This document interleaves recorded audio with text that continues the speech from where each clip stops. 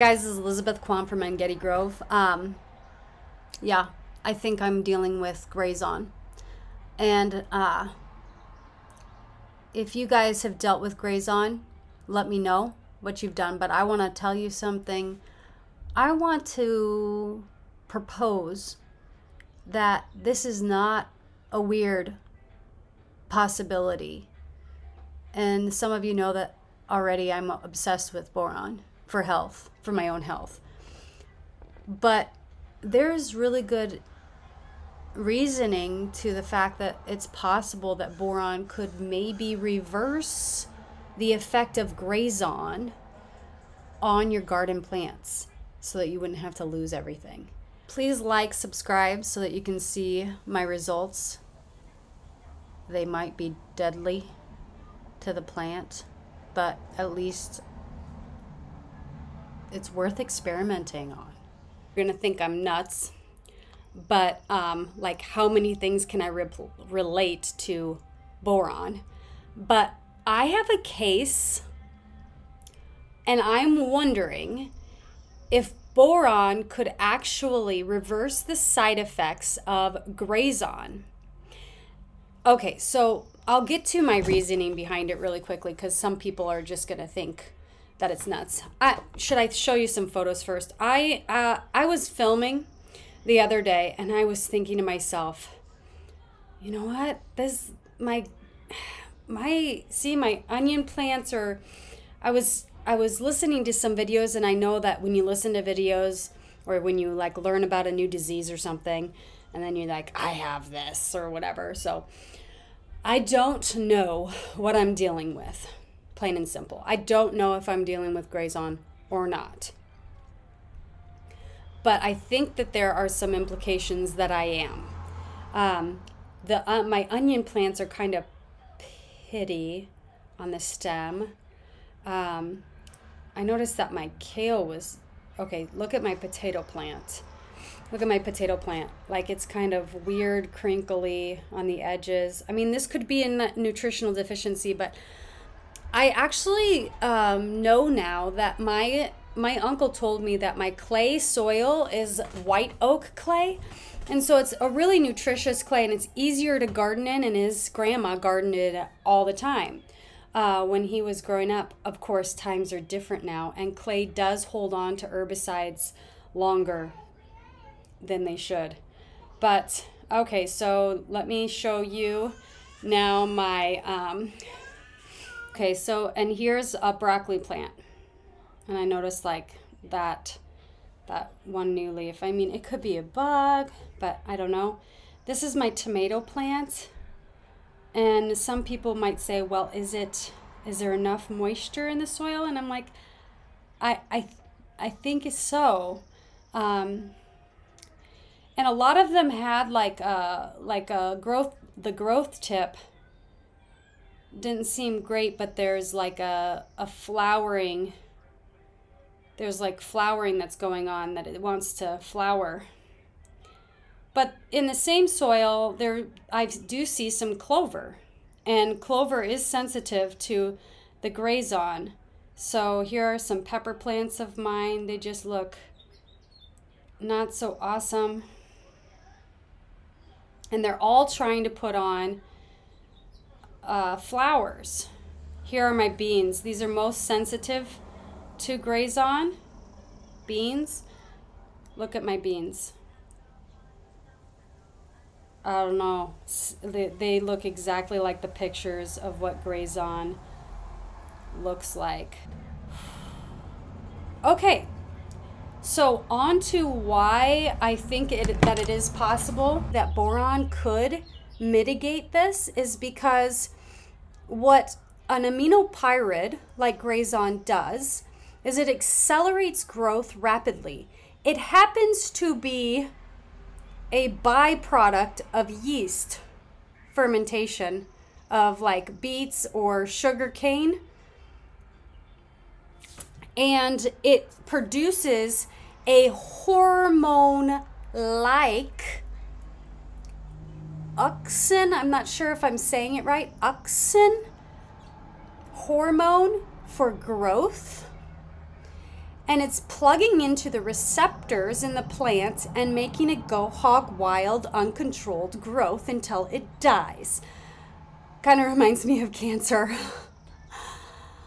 Okay, anyway, so yeast byproduct, a yeast byproduct, and kind of like the yeast in our bodies that is treating us badly.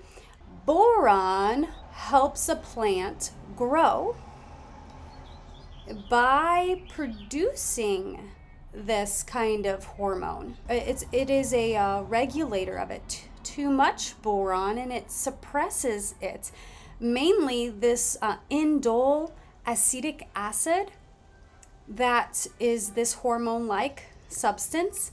It lowers those levels in the plant at higher dosages. Here we go. Here's all about that Indole-Aceitic Acid, which is there's a normal production of it in our cells, but this is some kind of, that aminopyride does something that is that hormone-like, and it is a fake thing that it's doing to it, like mold does to our body all the time, yeast and other things. Anyway, the effects, check it out. The effects of boron application on Indole-Aceitic Acid. So look that up. That is the growth factor that is making it go wild and grow. An abstract. In the research work, the effects of varying boron concentrations on Indole-Aceitic Acid levels of seedling of blah blah blah plants were investigated. Experiments were conducted using 1-week-old wheat seedlings grown in slop culture under greenhouse conditions. Seedlings were supplied with Auxin solution containing different concentrations of boron. At the end of the 4 weeks of growth, seedlings were harvested and the amount of endogenous IAA was determined. According to the obtained results, increasing levels of boron application to the culture media gave rise to a corrective linear decrease in the IAA level of the seedlings. So check this out. Okay, so according to obtained data, a 5.4 times increase in the Indole-Aceitic Acid content of seedlings that were grown in the Auxin solution without boron was observed. In contrast, there appeared a decrease of 65% in the Indole-Aceitic Acid content in the seedlings grown with 2.3 parts per million boron in the Auxin. There's finally a decrease in levels in Indole-Aceitic Acid levels was observed more drastically than the former group in the seedlings grown in the 4.6 parts per million boron containing medium. In a normal plant, if it's really high, it suppresses the growth a little bit if it's high boron. So if there's too much boron, it kind of suppresses the growth a little bit. But if there's not a lot of boron, which most soils don't have a lot of boron, then it is really good for them to get the boron and enjoy the normal growth that it should have. So this reminds me of how some other byproducts of mold can create xenoestrogens in our body. This happens and we become estrogen dominant, and the doctor takes a reading of our hormones and says, oh, you're feeling depressed. We see that your estrogen and your progesterone is out of whack. We just need to give you more progesterone. You're estrogen dominant. No, there's too much estrogen. There's xenoestrogens clicking into the places that are not supposed to be there. It does not function for you like it should. You don't need more progesterone, although you might accept it if you're like gonna kill yourself. But you don't need more progesterone. You need to balance your hormones with, and iodine and boron balance hormones. And fight mold in your body. Fight yeast in your body.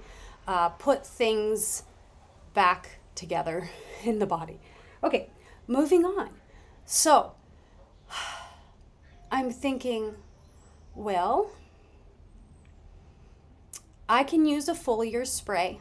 I've already done it. I've done it to my potatoes. I put, and it might be too much, I'm terrible at this. I'm not a scientist, but I like to do and explore these things. But I put, with a whole big watering container, I put about 2 tablespoons of borax inside of that container. And I mixed it with water to the brim. And I poured it over my potato plants. And I poured it over some of my tomato plants. I left 4 tomato plants untouched just because I'd like to see. Also, I'm going to send into Waypoint Analytical a soil sample test. And I was going to do this, but I just was like, I don't want to spend the money. But I'm like, I'm going to do it now. And it's not settling that, you know, all the other stuff that I'm bringing into the land. It's not just the land itself that could have had a aminopyride in it, but also just all of the manure I'm bringing in. The only thing that I'm confident about that likely doesn't have it in it is my wood mulch from trees. There are other issues that those could have, but I'm not worried about them. I'm not worried about them. So yeah, this is kind of an interesting post. Yes, I'm obsessed with boron, and I could see how it could help it. And you think to yourself, like, okay, well, maybe if it could grow more, maybe the receptors could accept their true hormone and not have enough receptors for the fake stuff. And that's kind of like how iodine works in your body. When you don't have iodine, your body is accepting bromine. It's accepting chlorine, fluoride, because you're like putting tons of fluoride in your body by drinking fluorinated water and brushing your teeth with fluorine toothpaste. And I have a little bit of a cold right now. But anyway, so iodine, when you take it, it pushes off those other things which you can have detox symptoms of. And the more deficient and the more accepting your body was of these other chemicals, halogens, elements in the periodic table, the more accepting that your body was of those, the more it's going to push off and the more detox symptoms you're going to have. And the more like it's going to look like toxicity symptoms. So some people, and I'd like to let you guys know about, there's 2 pages on Facebook that I really like. Iodine Protocol and Borax for Arthritis and Health. And I'm going to put these on the sidebar here. Oftentimes there are detox symptoms like a rash or something like that when you are using these 2 substances, because it's anti-parasitic, it's anti-heavy metal in your body. It helps you function the metals that you're supposed to in your body, like zinc, magnesium, and copper. And it also detoxes the body from other kinds of chemicals. And boron helps against radiation, because boron is particularly thirsty for radiation. And that's a weird concept. And it basically attracts, so the thing is like shaking like this with radiation, and it pulls in a neutron capturing. It is a neutron capturing substance. It is thirsty for it, so it can accept and make that product not radioactive. It's weird. I think I'm explaining it correctly. So, yeah, something to think about. It sounds strange, and I don't know if it would work, but I don't think it's hard or expensive to try it out. So we'll see if I kill my plants, because what are my options? really. Okay, so if I do nothing, maybe it's a nutritional deficiency, or maybe it's something else that I just really don't know what's going on. I'll give it that. Maybe it's that. Maybe it's that I didn't give it enough water. Maybe. I don't think so. I don't think that's the problem. Okay, so maybe it's that. Maybe, and maybe I kill it because I give it too much boron. And I actually gave it iodine too. Gave the potatoes iodine, and I gave the tomatoes iodine. So maybe I kill my plants. Maybe they would die anyway. Maybe they're just going to continue on their path, and it's not going to do anything for the plant. And it just continues and it just dies. I feel like that's something I can risk as well. At this point in my life, I have the advantage that I feel like I can experiment. And what a glorious thing it would be to be able to experiment on this like this and actually get a result, a positive result. So I'm willing. Stay tuned. I might show you some dead plants after a while. It's his last day of school. And I finished it. You finished it. Good. And he got that. Beanie Baby. All right. Check this. Its name is Snort. Okay, check this out. I just thought this was interesting.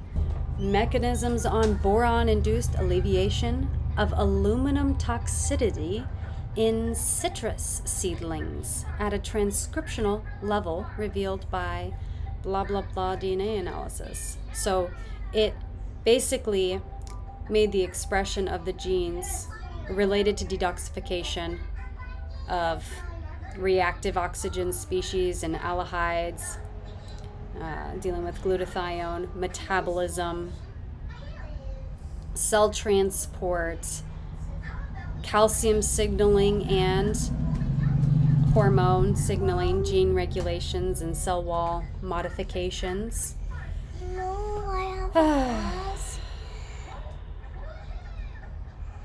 ask. It's fascinating.